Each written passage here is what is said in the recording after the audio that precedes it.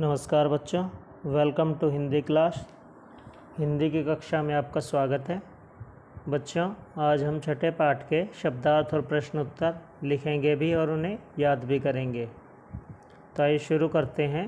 पाठ 6 शब्दार्थ। पहला है भीषण, जिसका अर्थ होता है भयानक या विकट। दूसरा है पात, जिसका अर्थ है पत्ता। तीसरा है मुक्ति, जिसका अर्थ होता है मोती। चौथा है ब्रह्मांड, ब्रह्मांड यानी संपूर्ण लोक या विश्व या पूरी दुनिया। पांचवा है प्रयत्न, जिसका अर्थ है कोशिश। छठा है सदा, जिसका अर्थ होता है हमेशा। सातवां है शीत, जिसका अर्थ होता है सर्दी या जाड़ा या ठंड, कुछ भी कह सकते हैं। आठवां है पल, जिसका अर्थ होता है क्षण या समय। नौवां है पुनः, जिसका अर्थ होता है दोबारा।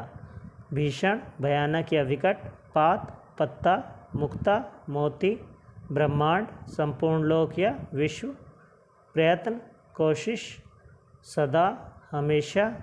शीत, सर्दी। पल, क्षण या समय। पुनः, दोबारा।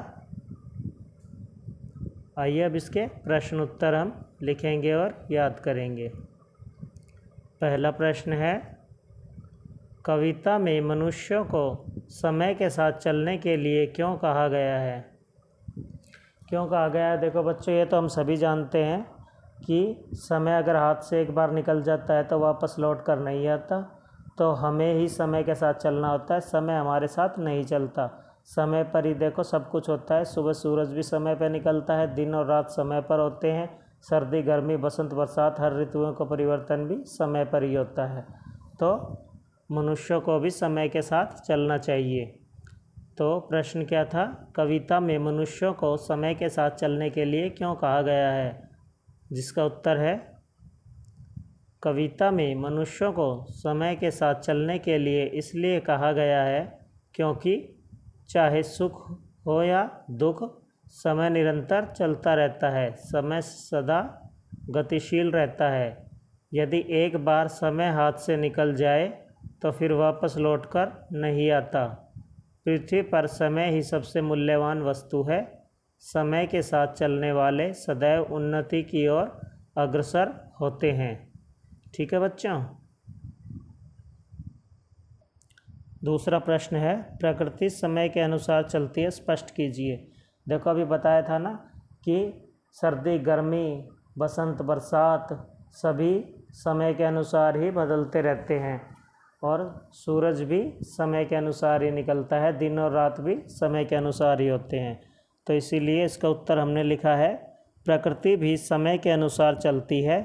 निश्चित समय आने पर ऋतुओं में परिवर्तन होता है। सर्दी, गर्मी, बसंत, बरसात सभी इसके उदाहरण हैं जो समय के अनुसार बदलते रहते हैं। ठीक है। इसके बाद अगला प्रश्न है, जिसका समय से कदम मिला, रहा समय उसी का प्यारा। इन पंक्तियों के माध्यम से क्या कहा गया है? तो जिसका समय से कदम मिला, रहा समय उसी का प्यारा। इन पंक्तियों के माध्यम से कवि यह कहना चाहता है कि समय की कीमत और उपयोगिता जानने वाले लोग कभी भी समय की बर्बादी नहीं करते। वे समय के अनुरूप ही अपने कार्य को पूर्ण करते हैं और जीवन में सफलता प्राप्त करते हैं और उनका समय भी उनके कर्मों की वजह से अच्छा हो जाता है। देखो बच्चों, जो समय की कद्र करते हैं, समय उनकी कद्र करता है। अगर हम समय पर ही पढ़ेंगे, लिखेंगे तो हम आगे अच्छे अंक लेकर आएंगे परीक्षा में। और अगर हम समय की कद्र नहीं करेंगे और हम अपना काम समय पर नहीं करेंगे, टाइम के अनुसार नहीं करेंगे, तो हम पीछे रह जाएंगे। हम अपने काम में भी सबसे पिछड़ जाएंगे और याद करने में भी पिछड़ जाएंगे। और जब परीक्षा आएगी तो हम उसमें कम नंबर आएंगे हमारे, या हम फेल हो जाएंगे। ठीक है। तो हमें सब काम समय के अनुसार ही करना चाहिए। अगला प्रश्न है, कविता के माध्यम से कवि क्या संदेश देना चाहता है? इसका उत्तर है कविता के माध्यम से कवि यह संदेश देना चाहता है कि समय का सदुपयोग करने वाले लोग जीवन में सफलता प्राप्त करते हैं और समय का दुरुपयोग करने वाले लोग कुछ भी हासिल नहीं कर पाते। जीवन में सफलता प्राप्त करने के लिए हमें समय की कीमत और उपयोगिता पहचानने की ज़रूरत है। समय के साथ कदम मिलाकर ही जीवन में आगे बढ़ा जा सकता है।